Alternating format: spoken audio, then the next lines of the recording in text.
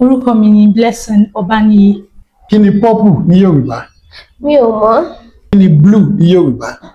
Búlù. Kí ni àwọ̀ blue ní Yorùbá? Wàhálà dé o. Kí ni Yorùbá blue? Àdì blue náà ni. Wọ́n ní wàhálà dé. Kí ni yellow ní Yorùbá? Yorùbá pink. Kí ni white ní Yorùbá? Funfun. Kí ni black ní Yorùbá? Dúdú. Kí ni red ní Yorùbá? Pupa. Kí ni pink ní Yorùbá? Pink. Kí ni brown ní Yorùbá? Mi ò mọ̀. Àwọ̀ green kí ni ní Yorùbá? Àmì ewé. Kí ni Yorùbá yellow? Omi ọsàn. Kí ni green ní Yorùbá? Àwọ̀ ewé. Kí ni yellow ní Yorùbá? Mi ò mọ̀. Kí ni pink ní Yorùbá? Àwọ̀ píǹkì. Kí ni brown ní Yorùbá? Mi ò mọ̀. Kí ni blue ní Yorùbá? Àwọ̀ aró. Kí ni gold ní Yorùbá? Àwọ̀ wúrà. Kí ni silver ní Yorùbá? Mi ò mọ̀. Kí ni purple ní Yorùbá? Kí ni green ní Yorùbá? Mi ò mọ̀. Kí ni pink ní Yorùbá? Mi ò mọ̀. Kí ni ash ní Yorùbá? Mi ò mọ̀. Kí ni blue ní Yorùbá? Àwọ̀ aró. Àwọ̀ aró. Ẹgbàá. Kí ni green ní Yorùbá? Àwọ̀ ewé. Àwọ̀ ewé ẹ ṣeun àbí ká pè é ní àwọ̀ ewéko. Ẹ káàbọ̀ sí àmì èdè. Lénìí a fẹ́ sọ̀rọ̀ nípa àwọn àwọ̀, àwọn orúkọ tí à ń pè àwọ̀ colours ní Yorùbá. Mo ṣe ìwádìí pẹ̀lú lọ́dọ̀ àwọn èèyàn láti mọ àwọn orúkọ wo ni wọ́n mọ̀ tí wọ́n ṣèrántí. Àwọn kan sọ èyí tí wọ́n lè sọ, àwọn míì ò mọ púpọ̀ nínú ẹ̀. Kò ń ṣe wípé a ò mọ àwọ̀ yìí, ṣùgbọ́n látara wípé a kì í lò ó, a ti fi òyìnbó a ti fi pààrọ̀ ẹ̀, torí ẹ̀ ni a fi ń gbàgbé. Tí àwa bá wá ti gbàgbé báyìí, àwọn ọmọ kéékèèké tó kù tó ń bọ̀ lẹ́yìn, nǹkan tí wọ́n bá ń gbọ́ lẹ́nu wa, òun nìkan ni wọ́n máa mọ̀. Èyí tí wọn ò bá ti gbọ́ ká sọ, àwa náà ti ń gbàgbé, àwọn ò tiẹ̀ ní mọ̀ rárá. Látara bẹ́ẹ̀, màá fi fọ́nrán yẹn hàn lẹ́yìn ìgbà tí mo bá sọ gbogbo àwọn àwọ̀ yìí. Lẹ́yìn ẹ̀, màá fi fọ́nrán àwọn ìwádìí tí mo ṣe pẹ̀lú àwọn èèyàn, màá fi hàn wá. Alákọ̀ọ́kọ́, white. White, àwọ̀ funfun, white. Black, àwọ̀ dúdú, òun ni black. Red, àwọ̀ pupa, òun ni red, àwọ̀ pupa. A faramọ́ torí a máa ń lò ó dáadáa, àwọ̀ funfun, àwọ̀ dúdú, àwọ̀ pupa. Blue, a ò púpọ̀ nínú wa ò rántí blue mọ́. Nínú ìwádìí yìí ó fi hàn pé èèyàn díẹ̀ ló rántí àwọ̀ wo ni blue. Blue òun ni à ń pè ní àwọ̀ aró. Green òun ni àwọ̀ ewé, green àwọ̀ ewé. Ẹ ó rí i pé ewé ó jọmọ́ colour green. Yorùbá fẹ́ràn kí a máa fi àwọ̀ ká máa fi júwe bí èso, bí ewé tàbí ẹyẹ, àwọ̀ ewé tàbí àwọ̀ ewéko. Brown, brown náà látara pa máa fi ń júwe èso tàbí ẹyẹ. Brown, brown jẹ́ àwọ̀ igi, àbí a tún máa ń júwe ẹ̀ pé àwọ̀ dúdú rẹ́súrẹ́sú. Brown, àwọ̀ igi tàbí àwọ̀ dúdú rẹ́súrẹ́sú. Lẹ́yìn brown, a tún ní yellow. Kí ni yellow? A lè pe yellow ní àwọ̀ òféèfé. Àwọ̀ òféèfé òun ni yellow. A tún máa ń pè ní ìyeyè, àwọ̀ ìyeyè. Kí ló dé tí a pè ní ìyeyè? Èso kan bẹ tí wọ́n ń pè ní ìyeyè, hog plum fruit. Èso ìyeyè àbí ewé ìyeyè, wọ́n máa ń lò fún medicinal herb tó máa fi ń ṣe ìwòsàn sára. Bí ẹ lè sè é, ẹ lè fi ṣe. So tó bá ti pọ́n, àwọ̀ tó máa ń mú wá yellow ni wọ́n fi júwe rẹ̀ wípé àwọ̀ ìyeyè. Yellow a lè pè é ní òféèfé tàbí ìyeyè. Èyí ń lọ, a ti sọ brown, àwọ̀ igi, a ti sọ yellow. Ká tún wá sọ pink. Pink náà, pink látara omi red ni wọ́n ti júwe pink. Soft red, soft light red colour, pink. So a lè pe pink ní àwọ̀ pupa fẹ́ẹ́rẹ́fẹ́. Àwọ̀ pupa fẹ́ẹ́rẹ́fẹ́ òun ni pink. Àwọn kan máa ń pè é ní àwọ̀ òdòdó, gẹ́gẹ́ bí a ṣe máa fi ń júwe àwọ̀ òdòdó, ṣùgbọ́n òdòdó lè má jẹ́ pink, òdòdó lè jẹ́ red, òdòdó lè jẹ́ yellow. Àwọ̀ pupa fẹ́ẹ́rẹ́fẹ́ òun ni ó júwe pink dáadáa. Lẹ́yìn náà ó tún wá ku orange. Orange gẹ́gẹ́ bí èso tí a sọ pé wọ́n fi ń júwe ẹ̀. Orange ó máa jẹ́ àwọ̀ olómi ọsàn. àwọ̀ olómi ọsàn òun ni orange. Lẹ́yìn orange a tún ní purple. Purple ni àwọ̀ àlùkò. Àwọ̀ àlùkò àwọn kan máa ń pè ní èsè àlùkò. Torí ẹyẹ àlùkò ó ní purple ó tún wá ní pupa lára. Òun ni wọ́n máa ń sọ, àwọn àgbàlagbà máa ń sọ wípé agbe ló laró, àlùkò ló losùn, lèkélèké ló lẹfun.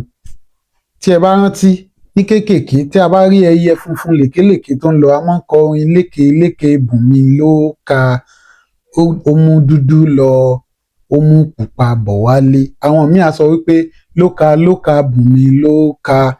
Ẹyẹ lèkélèké lèkélèké ló lẹfun, funfun funfun lèkélèké ni cattle egret. Ìyẹn náà ó lọ báyẹn. Milk àwọ̀ olómi wàrà. Látara ìjúwe òun ni a ti lo ọgbọ́n àtinúdá láti júwe eléyìí náà.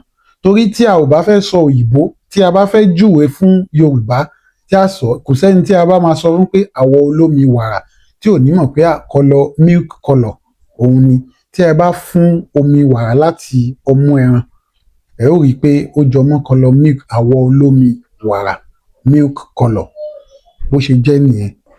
Lẹ́yìn náà a wá ní gold.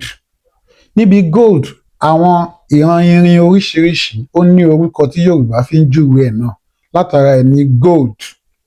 Gold ni àwọ̀ wúrà. Silver òun ni àwọ̀ fàdákà. Bronze, tí a bá dé bronze a lè pè é ní Babagaran tàbí àdàlù tángànran. Níbo ni a ti rí ọ̀rọ̀ yìí? Babagaran tàbí àdàlù tángànran. Ẹ má gbàgbé a tún ní brass. Brass ni idẹ. Brass ni idẹ. Idẹ nínú Ṣaworo idẹ ẹ ó rí i pé wọ́n kọ orin kan ńbẹ̀ pé kùrùkẹrẹ wọn ó ti tán o, kùrùkẹrẹ wọn ó ti tán o, adé idẹ ti padà dé o, kùrùkẹrẹ wọn ó ti tán o, adé idẹ. Idẹ náà òun ni brass. Brass àwọn orúkọ irin kan náà ni idẹ. A ní brass. A tún ní copper. Kí ni copper? Òun ni bàbà. A ní tin. Tin ni tángànran.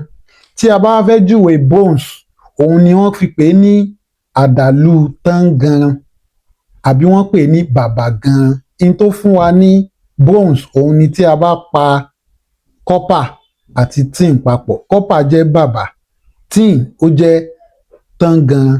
Tí a bá pa méjèèjì pọ̀ òun la fi ń pe bronze ní Babagaran. Tí a bá fẹ́ júwe àwọn tó gbàmì ẹ̀yẹ, tá a bá sọ pé gold medal wọ́n gbé àmì ẹ̀yẹ wúrà, silver medal àmì ẹ̀yẹ fàdákà. Tá a bá fẹ́ sọ pé bronze medal àwọn èèyàn máa ń lò ó wípé àmì ẹ̀yẹ bàbà. Ṣùgbọ́n àpèjá ẹ̀ ní Babagaran àbí àdàlù tángànran. Babagaran àmì ẹ̀yẹ bàbà òun ni bronze. Babagaran bronze a mú láti combination copper àti tin. Babagaran òun ni méjèèjì. Iron wá ní irin òun ni iron. Bí a ṣe mú ọ̀rọ̀ yìí nìyẹn. Tí a bá mọ orúkọ àwọ̀ míì nílẹ̀ Yorùbá tí a ò bá rántí dárúkọ, ẹ bá wa tẹ̀ sí ojú comment section lábẹ́ fọ́nrán yìí. Ẹ jẹ́ kí n sọ lẹ́ẹ̀kan sí i. A ní funfun, white, dúdú, black, blue, aró, green, ewé àbí ewéko, yellow, òféèfé tàbí ìyeyè, brown, àwọ̀ igi tàbí àwọ̀ dúdú rẹ́súrẹ́sú, pink, àwọ̀ pupa fẹ́ẹ́rẹ́fẹ́ àbí àwọ̀ pupa fẹ́ẹ́rẹ́, orange, àwọ̀ olómi ọsàn, ash, àwọ̀ eérú, ash òun ni àwọ̀ eérú, milk òun ni àwọ̀ olómi wàrà, purple òun ni àwọ̀ àlùkò, purple àwọ̀ àlùkò. Òun ni a wá ń sọ àwọn orúkọ irin látara gold, wúrà, silver, fàdákà, bronze, Babagaran tàbí àdàlù tángànran, brass òun ni idẹ, copper, bàbà, tin òun ni tángànran, iron òun ni irin. Lẹ́yìn fọ́nrán yìí ẹ ó rí àwọn ìwádìí tí mo ṣe pẹ̀lú àwọn èèyàn àti bí wọ́n ṣe gbìyànjú tó. Ẹ ṣeun. Wọn ò mọ búlù. Kí ni àwọ̀ green ní Yorùbá? Green. Àwọ̀ eléwé. Píǹkì. Píǹkì. Píǹkì ní Yorùbá. Píǹkì ní Yorùbá. Bẹ́ẹ̀ni. Olóòtú mi ò mọ tí ń jẹ́ bẹ́ẹ̀. Kí ni pink ní Yorùbá? Àwọ̀ pupa fẹ́ẹ́rẹ́fẹ́ ni pink ní Yorùbá. Kí ni brown ní Yorùbá? Àwọ̀ àwọn. Kí ni ash ní Yorùbá? Àwọ̀ eérú. Kí ni gold ní Yorùbá? Àwọ̀ wúrà. Kí ni silver ní Yorùbá? Àwọ̀ fadaka. Kí ni purple ní Yorùbá? Mi mọ̀ Yorùbá. Kí ni orange ní Yorùbá? Àwọ̀ ọsàn. Kí ni milk ní Yorùbá? Mi mọ̀ Olóòtú. Àwọ̀ olómi wàrà. Àwọ̀ olómi wàrà ni milk ní Yorùbá. Ṣé ẹ mọ̀ wàrà?